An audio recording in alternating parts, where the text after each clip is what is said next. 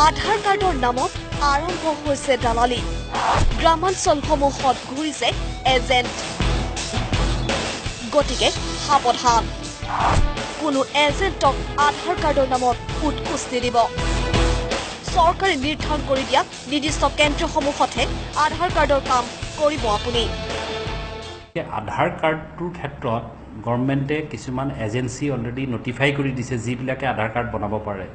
গতিকে আপোনালোকৰ এই চেনেলৰ জৰিয়তে মই এইটো অনুৰোধ কৰিব বিচাৰোঁ যাতে কোনেও তেনেকুৱা ধৰণৰ যদি কোনোবা ৰিকুৱেষ্ট আহে বা কোনোবা মানুহ আহি পেলাই কয় তেওঁলোকে সেইটো একচেপ্ট কৰিব নালাগে তেওঁলোকে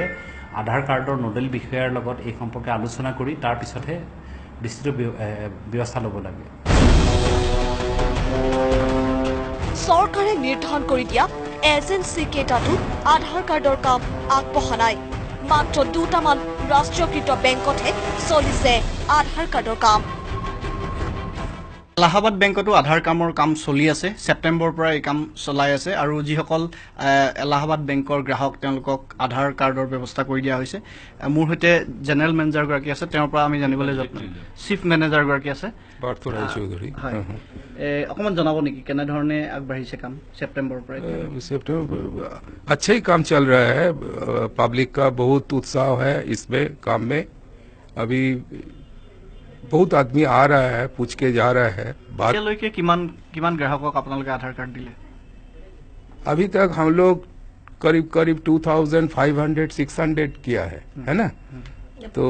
अप्रोक्सीमेटली किया है बहुत का अभी जनरेट होगा এলাহাবাদ বেংকত বেংকটোৰ গ্ৰাহকৰ সুবিধাৰ্থে আধাৰ কাৰ্ড দি থকা হৈছে